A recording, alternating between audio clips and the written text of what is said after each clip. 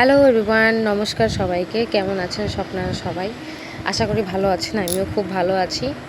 এই অনেক দিন পরে আপনাদেরকে সাথে এই ইউটিউবে এই ভিডিও নিয়ে আপনাদের সাথে দেখা, তাও আমার মেয়েকে নিয়ে। একবার লাস্ট ভিডিও বানিয়েছিলাম যখন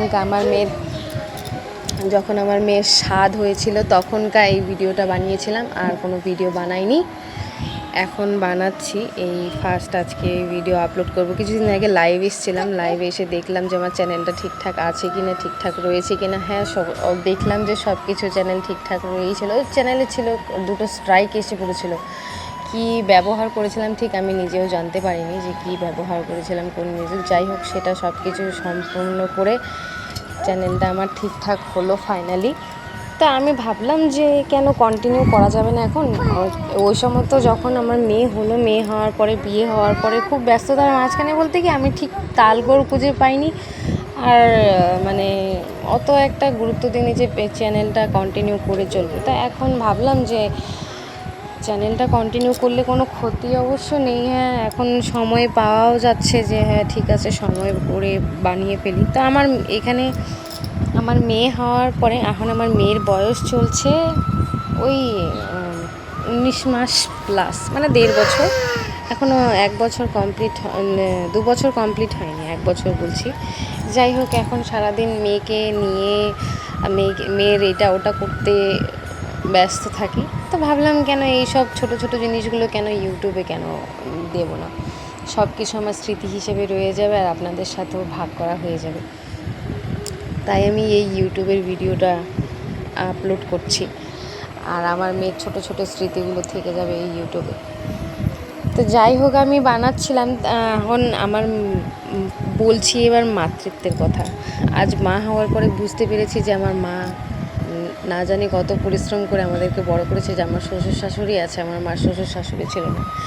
এক হাতে আমরা 3টা বাচ্চা, মানে আমার ভাই, আমার বোন আছে। আমি বাড়ির সব থেকে বড় মেয়ে। আমার পরে আমার ভাই আছে, আর তারপরে আমার বোন আছে। তো আমার বোনেরও বিয়ে হয়েছে, আমারও বিয়ে হয়েছে। বিয়ে হয়ে যাওয়ার পরে বুঝলাম, মানে আজ যখন মাতৃত্বর সুখ ভোগ করতে পারছি, কিংবা হ্যাঁ, মাতৃত্ব খুব সুন্দর, সুখটাও খুব সুন্দর। কেন বাচ্চাটাকে এত আপন মনে হয় সেটাই বুঝি। সারা দুনিয়া ছেড়ে আজ বাচ্চাটাকেই কেন আপন লাগে সেটা বুঝতে পারছি। কারণ এত এত সুখ হয়তো আর কোনো জায়গায় নেই। হ্যাঁ, আমার এই নারী জীবন সম্পূর্ণ, আমি মা হতে পেরেছি, কিংবা আমার এত একটা ছোট মানে সন্তান ভগবান আমাকে দান করেছে। সবাই এই মাতৃত্বের সুখ লাভ করতে পারে না। আমি এই সুখ লাভ করেছি, তার জন্য ভগবানকে সবসময় অসংখ্য ধন্যবাদ জানাই। আর এই যে আমার আগের মতন অভ্যাস, সারাক্ষণের অভ্যাস, হ্যাঁ আমি আগের থেকে একটু অনেকটাই বদলে গেছি বিয়ে হওয়ার পরে। আর বিয়ে হওয়ার আগে অনেক কিছুই এদিক ওদিক হয়ে গেছে। আমার জীবনে সব কিছু উলটপালট হয়ে গেছে, কিন্তু সময়ের সাথে সাথে সব ঠিক হয়ে যাবে। কিন্তু এই মাতৃত্বের সুখ, স্বাদ, লাভ আমি আর কোনোদিনও খুঁজে পাবো না। তো যাই হোক, কথা অনেক রকমেরই বললাম আপনাদের সাথে। এবার নেক্সটের কথা হচ্ছে গিয়ে, দেখুন আমার তো আগেকারই অভ্যাস ছিল যে পান খাই আমি, পান খেতে আমি খুব ভালোবাসি। আর ভালোবাসি বলতে কি, এটা এখন নেশায় পরিণত হয়েছে। একটুক্ষণ মুখে না দিলে পারে মনে হয় যেন মুখে কী জেনে নেই, কী যেন হারিয়ে গেছে। যাই হোক, আজকে এখন এই বিকেলবেলার দিকে মেয়েকে নিয়ে একটু ঘুরতে যাওয়ার দিকে, একটু হাঁটাহাঁটি করি বিকেলবেলার দিকে। আর গরম যা পড়েছে, এই গরমে কিভাবে কি করব না করব সেটাই খুঁজে পাচ্ছি না। মুখের এক্সপ্রেশন আমার একদম সব কিছুই চেঞ্জ হয়ে গেছে।